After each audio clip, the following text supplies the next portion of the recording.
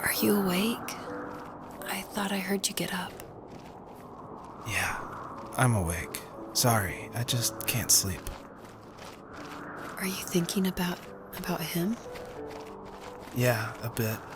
You should get back to sleep, my love. I'm fine. No, it's okay. What else is on your mind? I don't know, it seems weird, but I had one of the most vivid dreams of my life. I saw a fox on a snowy mountain, just looking confused and worried. Those eyes, I can't get those eyes out of my head. She was running in the windy snow, looking for something. Do you think it has to do with you and what's been going on? I don't know. It was just a dream, Rachel. They're not meant to make sense. A lot's happened the past couple days, that's all. Well, if you're not going to sleep anyway, you should tell me. I want to hear. All right.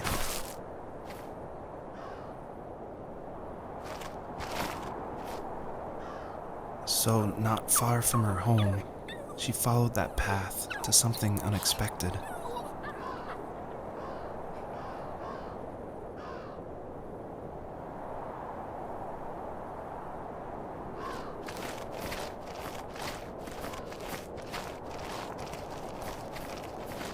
She couldn't stay, though.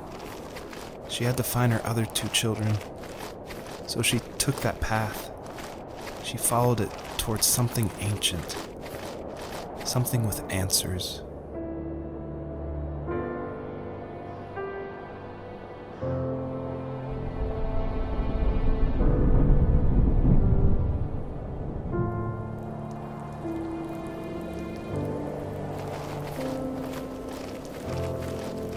The fox looked high and low, searching for any sign of her cubs. Points of light showed the way to this ancient tree. It was as if each one had a story to tell, all their own. The land was trying to tell my story, too. I felt like I was right behind her the whole time.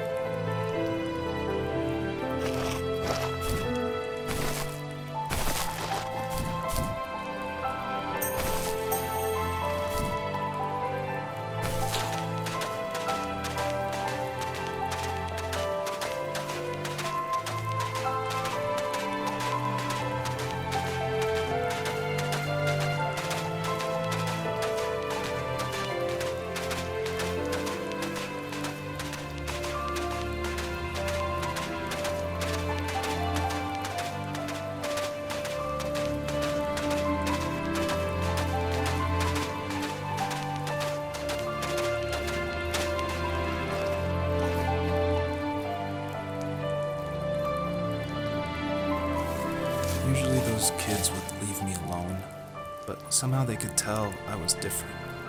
They made fun of how far away I lived. They called my dad a sourdough. I was a blabbermouth as a kid, telling my dad stories I made up for hours. But after that show and tell, I didn't tell him much anymore. He didn't know exactly what was wrong, but his best guess was that the toys he carved weren't cool enough.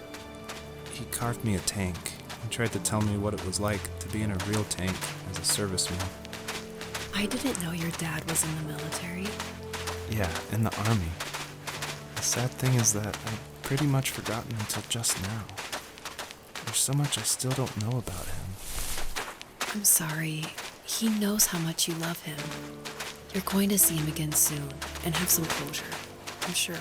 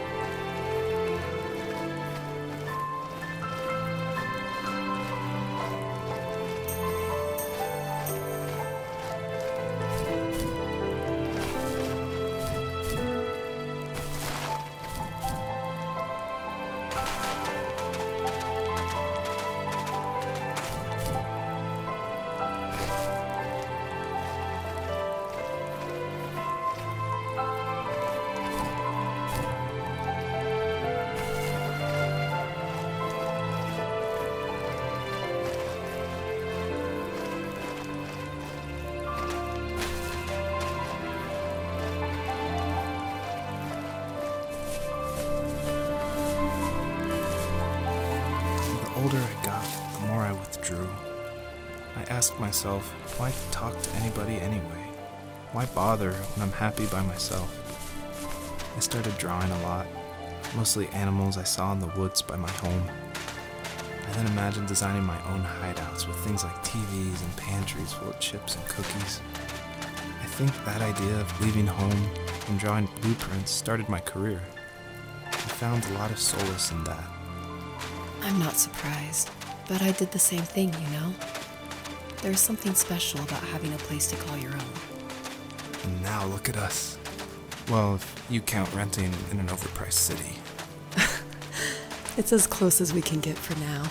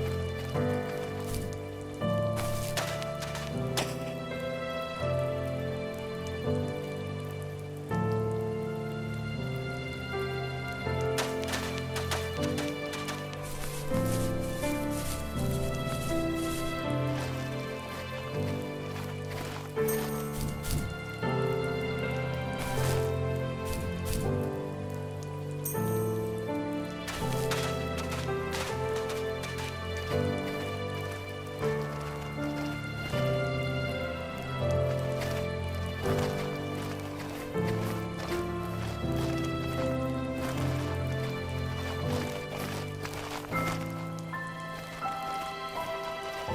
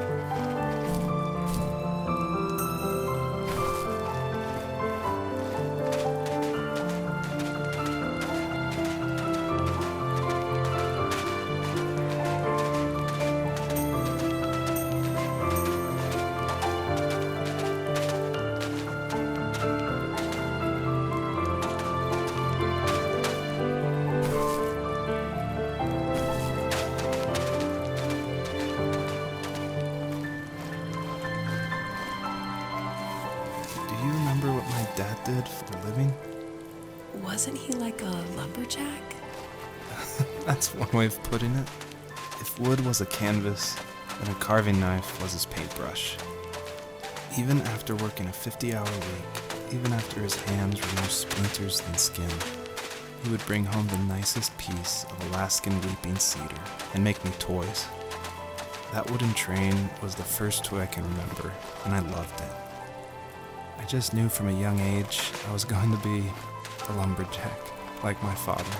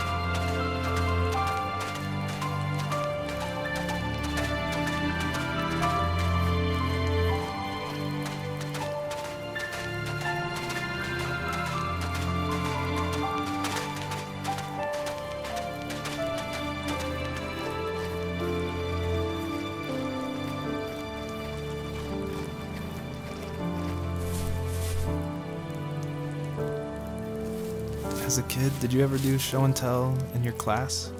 Yeah, I think I only did it once, when I was in the 4th grade. You know how my life was around then. I wanted to show my class what helped pass the time and distracted me, so I brought a dozen paper cranes I had made. I think I told everyone how badly I wanted to be a bird and fly, embarrassingly enough. Don't be embarrassed. Every kid wants to fly. For me, it was another toy from my dad, a wooden boat. I remember guarding it so carefully in my hands as I walked into class. When I sat down, a group of boys immediately made fun of it. They asked which trash can I found it in, or why an ugly log was my favorite toy.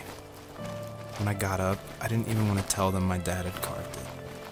I said it was a joke gift my friend had given me. Kids can be so cruel.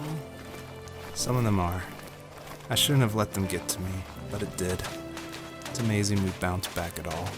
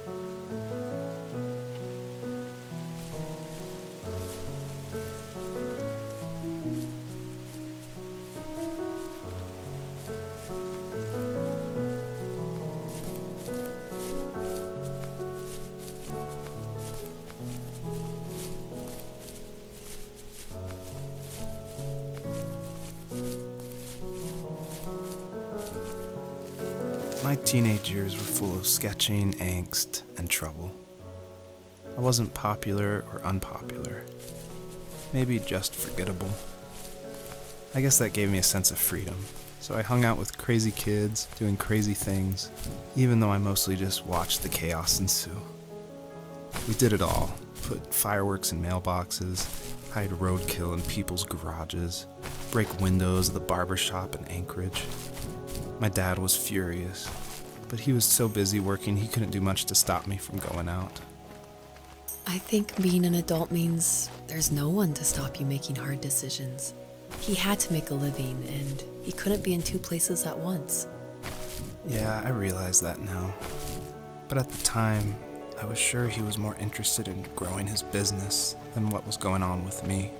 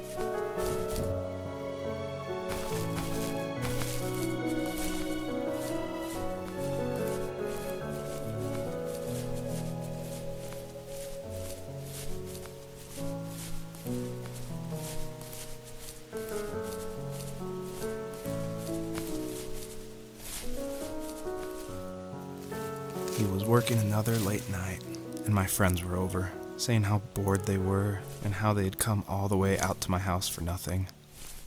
One of them mentioned how that old, ugly beyond belief truck was still in the garage, and how we should take it for a spin.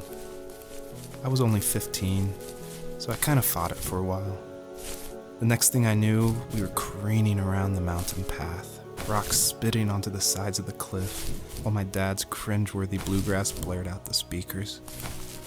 I drove while my friends were in the back of that yellow and purple truck, throwing beer bottles and trash at anything remotely interesting. Felt like I was soaring in the air with borrowed wings. But all good things have endings. A cop outside of Eagle River pulled us over after he saw us send a bottle rocket into someone's yard. What followed was a long night of talking to disappointed adults and feeling smaller than ever.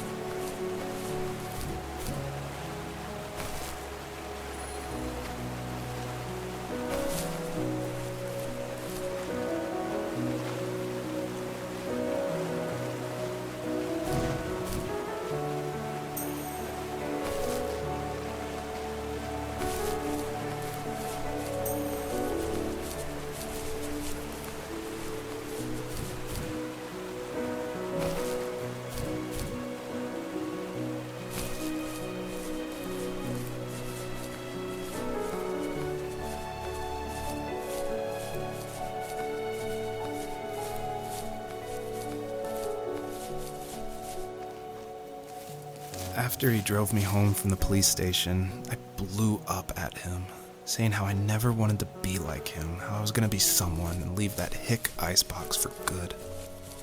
He just looked forward at the road with tired eyes. I took out that bluegrass tape from the cassette deck and chucked it out the window. In my sage teenage wisdom, I thought I had proved the ultimate point. But my dad had a different idea. He slammed the brakes, slowly bowed his head while gripping the steering wheel, and finally looked at me. All he said, like it was a polite request, was, "Make this right." I sat there in silence, fuming, but I eventually got out and combed every square inch of the woods, muttering profanity after profanity. I found it 30 minutes later, near a small waterfall off the road. I went back to the truck, put the wet tape back in, and sure enough it worked. We didn't speak another word to each other the rest of the night. Wow, I knew you were a crazy teenager, but It's hard to believe, isn't it? It surprises me too. It's like I didn't really know who that kid was back then. I bet my dad thought the same thing over and over. It's almost like he was saying, "Make this right," to himself, more than to me.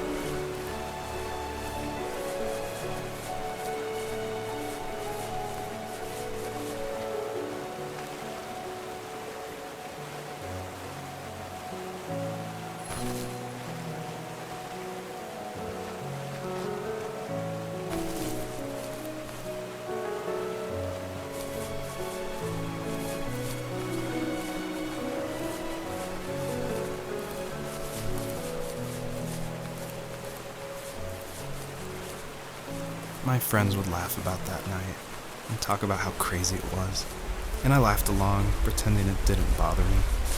But it did. I imagined my friends growing old in the bush, unable to find that thrill in those godforsaken ice fields.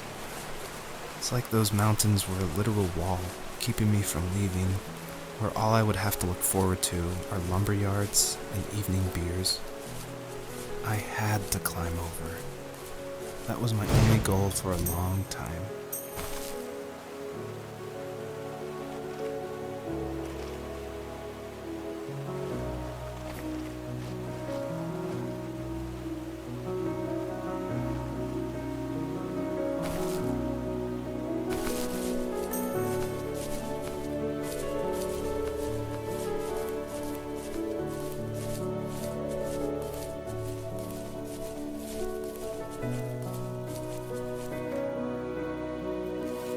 If there was some way I could take my love of drawing and turn it into a way of escape, nothing would make me happier.